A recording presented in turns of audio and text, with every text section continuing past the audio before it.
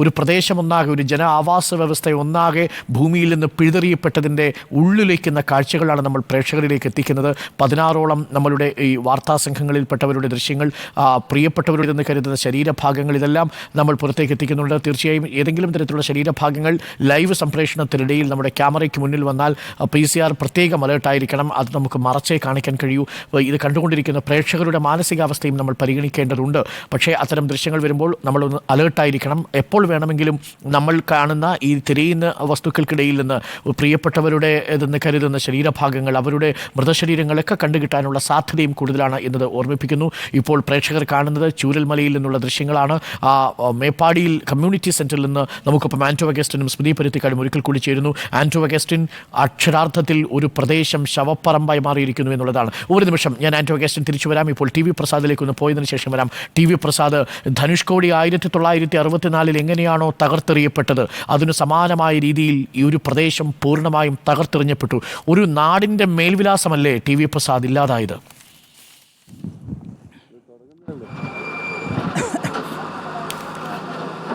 അക്ഷരാർത്ഥത്തിൽ അരുൺ, അങ്ങനെ തന്നെ നമുക്ക് പറയേണ്ടി വരും. കാരണം ഒരു പ്രദേശം എങ്ങനെ ദുരന്തഭൂമിയാകുന്നു എന്നതിൻ്റെ ഏറ്റവും വലിയ ഉദാഹരണമായി ഈ പ്രദേശം മാറുകയാണ് എന്നതാണ്.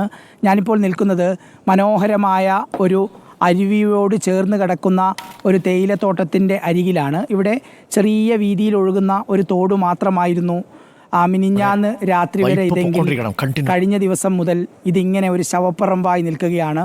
അതിൻ്റെ മറുഭാഗത്ത് നമുക്ക് വീടുകൾ കാണാം. ആ പൊളിഞ്ഞു കിടക്കുന്ന വീടുകളെ പോലെ തന്നെ അവിടുന്ന് ഇങ്ങോട്ടേക്കും നിരവധി വീടുകളുണ്ട്.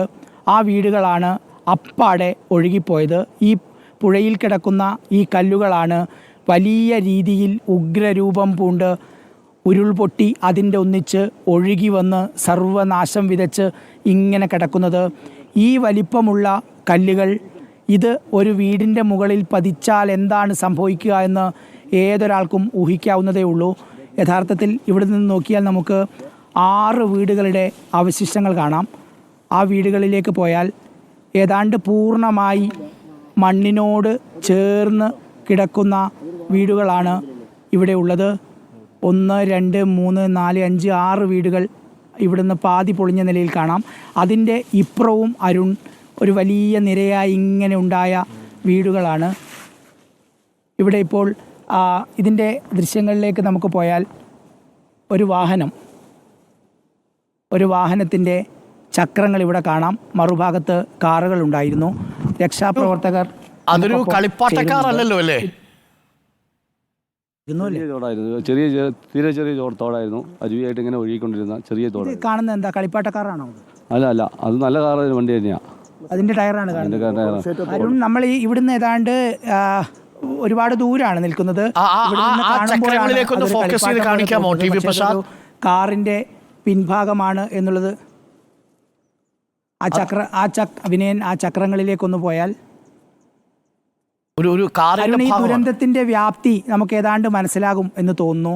അതായത് ഒരു ടയറിന്റെ ഭാഗം, അതെ, ഒരു കാറിന്റെ പിൻഭാഗമാണ് ഇപ്പോൾ അരുണ് പറഞ്ഞതുപോലെ ഒരു കളിപ്പാട്ടം പോലെ ഇങ്ങനെ കിടക്കുന്നത്. അതുപോലെ ഗ്യാസ് സിലിണ്ടറുകൾ, ചെരുപ്പുകൾ, വസ്ത്രങ്ങൾ, കട്ടിലിൻ്റെ അവശിഷ്ടങ്ങൾ തുടങ്ങി ഒരു വീട്ടിൽ എന്തെല്ലാം ഉണ്ടായോ അതെല്ലാം ഈ ഉരുൾപൊട്ടലിൻ്റെ ഭാഗമായി ഒഴുകി വന്നു എന്നതാണ്.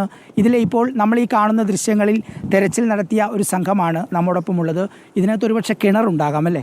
ഈ സൈഡുകൾ ചേർന്ന് കിണറുകളുണ്ടായിരുന്നു, തോടിൻ്റെ സൈഡ് ചേർന്ന്. കാരണം വീടുകളാകുമ്പോൾ എന്തായാലും കിണറും അവരെ കുടിവെള്ള പദ്ധതിയൊക്കെ ഉണ്ടാവുമല്ലോ. അതുകൊണ്ട് കൃത്യമായിട്ട് എല്ലാ മേഖലയിലും പോകാൻ നമുക്ക് കഴിയുന്നില്ല. ഈ പ്രദേശം മൊത്തം ഒരു ഫോറസ്റ്റ് ഏരിയ പോലെ തന്നെയാണ്. ആ ഭാഗങ്ങളിലൂടെയൊക്കെ വരുമ്പോൾ നമുക്ക് എവിടെയെങ്കിലുമൊക്കെ ആരെങ്കിലുമൊക്കെ ഉണ്ടോ എന്നുള്ളത് കൃത്യമായൊരു സംശയം തോന്നുന്നൊരു ഭാഗങ്ങളാണ്. അപ്പോൾ നമ്മൾ ഈ റോഡ് വഴിയല്ല വന്നത്. ശരിക്കും വെള്ളം ഈ ഹൈറ്റിൽ, നിങ്ങൾ ഈ കാണുന്ന ഈ ഹൈറ്റിൽ എന്താക്കിയിട്ടുണ്ട്, വെള്ളം കുത്തൊഴിച്ച് താഴത്തേക്ക് പോയതാണ്. അതിൻ്റെ അവശിഷ്ടങ്ങളാണ് പോയത്. കാണുന്നതൊക്കെ വീട്ടുപകരണങ്ങളും അവരെ വസ്ത്രങ്ങൾ, അവരെ പുസ്തകങ്ങളും വിദ്യാർത്ഥികൾ ഉപയോഗിക്കുന്ന ബാഗുകളൊക്കെ താഴെ നമ്മളത് കണ്ടെടുത്ത് വന്നതാണ്. വളരെ ദുരന്തം തന്നെയാണ് വയനാടിനെ സംബന്ധിച്ചിടത്തോളം. വയനാട് എന്നല്ല, ഇന്ത്യ ഞെട്ടിക്കുന്ന ഒരു മഹാദുരന്തം തന്നെയാണ്. അരുൺ, ഇനിയിപ്പോൾ ഇതൊക്കെ എങ്ങനെയാണ് പൂർവ്വസ്ഥിതിയിലാവുക എന്നുള്ളതാണ് എല്ലാവരും ഒരു പേടിയോടെ തന്നെ നോക്കുന്നത്. ഒരുപാട് പേർ അവരുടെ ജീവിതമാകെ സമർപ്പിച്ച് ഉണ്ടാക്കിയെടുത്ത കൊച്ചു കൂരകൾ. ഇവിടെയെല്ലാം ഭൂരിപക്ഷം പേരും തൊഴിലാളികളും അതുപോലെ തന്നെ ഈ തോട്ടമേഖലയിൽ പണിയെടുക്കുന്നവരും അതല്ലെങ്കിൽ ദൈനംദിനം അധ്വാനിച്ച് അന്നന്ന് ജീവിതവൃത്തി പോരുന്നതിനിടയിൽ മിച്ചം വെച്ച പണം കൊണ്ടൊക്കെ ഉണ്ടാക്കിയ കൊച്ചു വീടുകളായിരിക്കും. അതെല്ലാമാണ് പൂർണ്ണമായി ഇല്ലാതായത്. ഞാൻ നേരത്തെ പറഞ്ഞതുപോലെ ഒരു ചെറിയ അരുവി, ആ അരുവിയിലേക്ക് നമ്മൾ കാണുന്ന കൂറ്റൻ കല്ലുകളും ചെളിയും ഒരു മലയപ്പാടെ ഒഴുകി വന്നാണ് ഈ കാണുന്ന ദുരന്ത ദൃശ്യങ്ങൾ മലയാളിയുടെ മുന്നിലേക്ക് വരുന്നത്.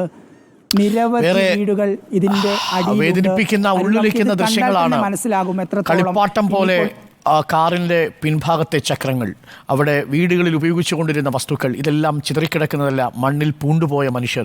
അതിനിടയിൽ മനുഷ്യരുണ്ടാവാം, അവരുടെ ഉടലുകളുണ്ടാവാം. ഉയരറ്റ മനുഷ്യർ ഒരു നാടിൻ്റെ ആവാസ വ്യവസ്ഥയിൽ നിന്ന് പിഴുതെറിയപ്പെടുന്നതാണ്. ടി വി പ്രസാദ് സൂചിപ്പിച്ചതുപോലെ ഇതെത്ര കാലം കൊണ്ട് ഇതെല്ലാം പൂർവ്വസ്ഥിതിയിലാവും? ഒന്നും പൂർവ്വസ്ഥിതിയിലാവില്ല. മുന്നോട്ട് തന്നെ നമുക്ക് പോകേണ്ടതുണ്ട്. കാലം മായ്ക്കാത്ത മുറിവുകൾ ഉണ്ടാവില്ല, പക്ഷേ അത്ര പെട്ടെന്ന് നമ്മുടെ ഈ മുറിവുകൾ മായില്ല. ചില പ്രതികരണങ്ങൾ കൂടി വരുന്നു. നമുക്ക് ആ പ്രതികരണങ്ങളിലേക്ക് കൂടി പോകേണ്ടതുണ്ട്.